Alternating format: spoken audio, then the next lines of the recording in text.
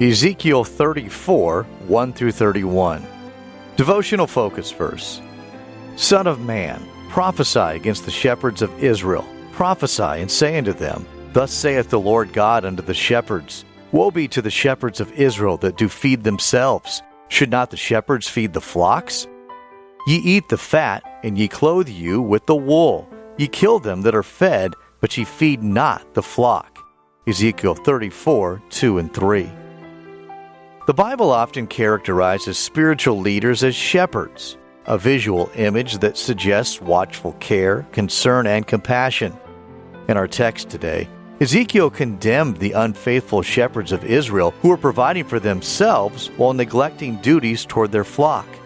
They had failed to strengthen, heal, and bind up the sheep they were responsible to care for, putting their own needs and wants ahead of service to others. John Eliot was a spiritual shepherd whose life offers a dramatic contrast to the failure of the religious leaders of Ezekiel's day. In 1631, Eliot left England, the land of his birth, as a young Puritan pastor. He settled in Boston, Massachusetts for a year and then established a church a few miles away in Roxbury, where he served faithfully for 58 years. From the beginning of his ministry, Eliot developed an excellent relationship with the Native Americans in the area, carrying on evangelistic work among them while maintaining his duties for the Roxbury congregation. In fact, his work among the tribes became so well known that many historians refer to him as the Apostle of the American Indians. He spent 12 years studying the Algonquian language through the assistance of a young Native American he took into his home, and began preaching in that language by the late 1640s. Eventually, he became so fluent that he published a grammar book and translated the Bible into Algonquian. It was the first Bible printed in North America. Eliot established towns for tribal converts in areas where they could preserve their own culture and live by their own laws. He trained many native evangelists, and ultimately they carried out much of the missionary outreach in the surrounding territory. However, Eliot himself did a great deal of itinerant preaching. Leaving his comfortable home on a regular basis, Eliot served simultaneously as a pastor, missionary, husband, and father, as well as teacher and medical doctor in the tribal villages. He traveled countless miles on foot and horseback, taxing his strength to the utmost, sometimes drenched by rain, in order to bring the gospel to the native people. At one point he wrote in a letter, I have not been dry night nor day from the 3rd day of the week to the 6th, but have traveled from place to place in that condition. And at night I pull off my boots, wring my stockings, and on with them again, and so continue. The rivers also were raised, so as that we were wet in riding through. But God steps in and helps me. I have considered the exhortation of Paul to his son Timothy, endure hardness as a good soldier of Jesus Christ. While preaching the gospel was Eliot's primary goal, he also helped in other ways. He brought cases to court to battle for Native American property rights, fought against the selling of indigenous people into slavery, petitioned government authorities to secure lands and streams for the use of the tribes, and established schools for children and adults in their villages. In spite of a war that eventually caused many of the native tribal groups to leave the area, Eliot refused to be discouraged and continued to minister to wandering bands of indigenous people until his death. What a wonderful example of what it means to be a faithful spiritual shepherd. Whether we're in a position of spiritual leadership or not, there's a lesson here for us. The faithless shepherds of Ezekiel's day remind us that we must all guard against getting so caught up in our own needs and activities that we neglect our responsibilities toward others. Simple acts of caring make a difference, no matter what our role. God has always shown compassion to His children, and He expects His children to reach out to others with that same spirit. Background information.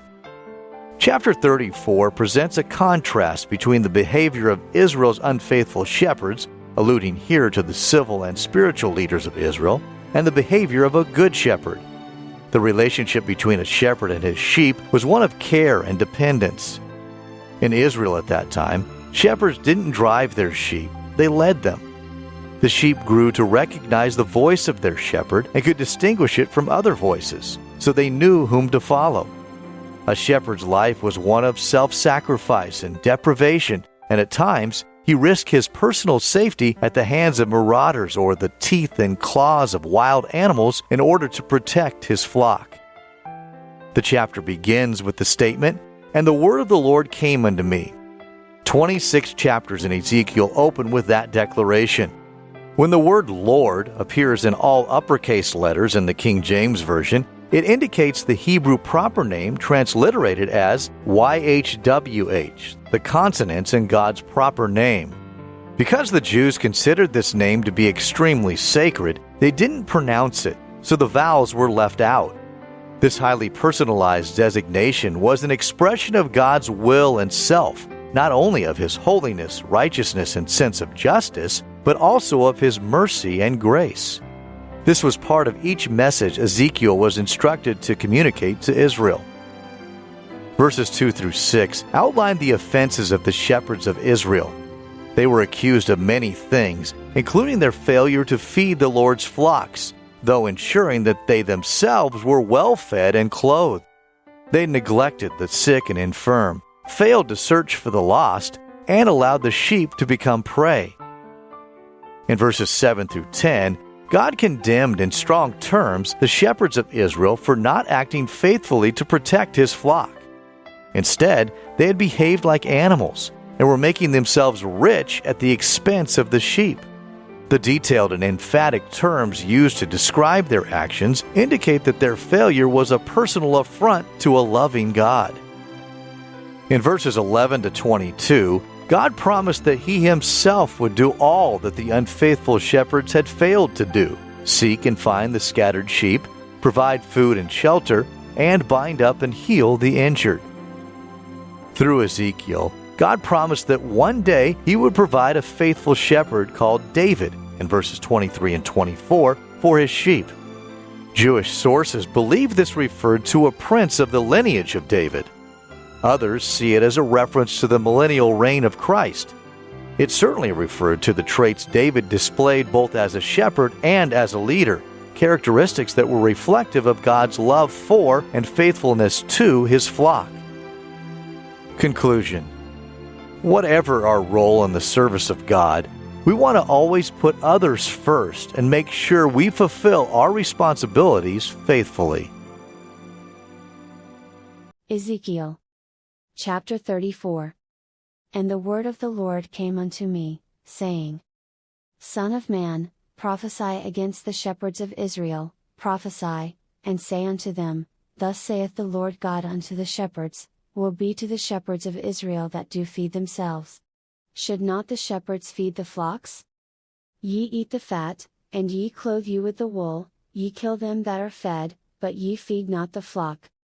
The diseased have ye not strengthened, neither have ye healed that which was sick, neither have ye bound up that which was broken, neither have ye brought again that which was driven away, neither have ye sought that which was lost, but with force and with cruelty have ye ruled them.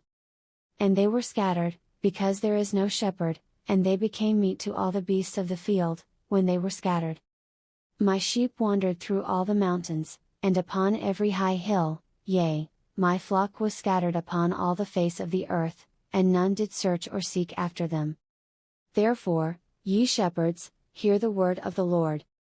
As I live, saith the Lord God, surely because my flock became a prey, and my flock became meat to every beast of the field, because there was no shepherd, neither did my shepherds search for my flock, but the shepherds fed themselves, and fed not my flock. Therefore, O ye shepherds, hear the word of the Lord. Thus saith the Lord God, Behold, I am against the shepherds, and I will require my flock at their hand, and cause them to cease from feeding the flock, neither shall the shepherds feed themselves any more, for I will deliver my flock from their mouth, that they may not be meat for them. For thus saith the Lord God, Behold, I, even I, will both search my sheep, and seek them out. As a shepherd seeketh out his flock in the day that he is among his sheep that are scattered, so will I seek out my sheep, and will deliver them out of all places where they have been scattered in the cloudy and dark day.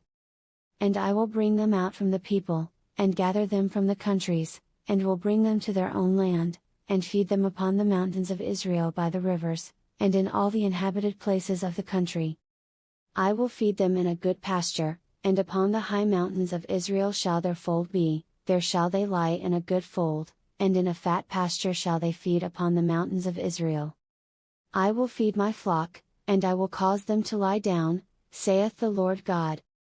I will seek that which was lost, and bring again that which was driven away, and will bind up that which was broken, and will strengthen that which was sick, but I will destroy the fat and the strong, I will feed them with judgment. And as for you, O my flock, thus saith the Lord God, behold, I judge between cattle and cattle, between the rams and the he-goats. Seemeth it a small thing unto you to have eaten up the good pasture, but ye must tread down with your feet the residue of your pastures?